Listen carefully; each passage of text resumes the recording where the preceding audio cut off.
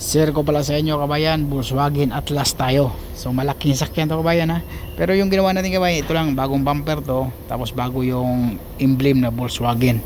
Bago yung ano pa, grill. So sabi, ito lang kabayan ha. So ito kabayan, nasa kuwan to pala 2.5 eh. Nasa 246 oh. Nasa, sabihin natin 2.5, nasa 10,000.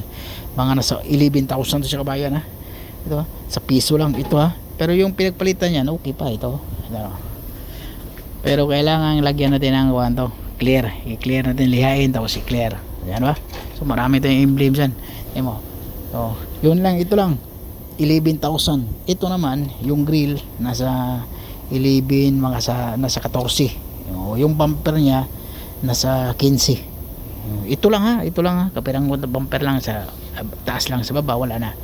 So yun lang. Yun lang sinasabi ko ba yan, na mahal talaga pag mga sasakyan talaga kabayan, delikado pag may sasakyan ka.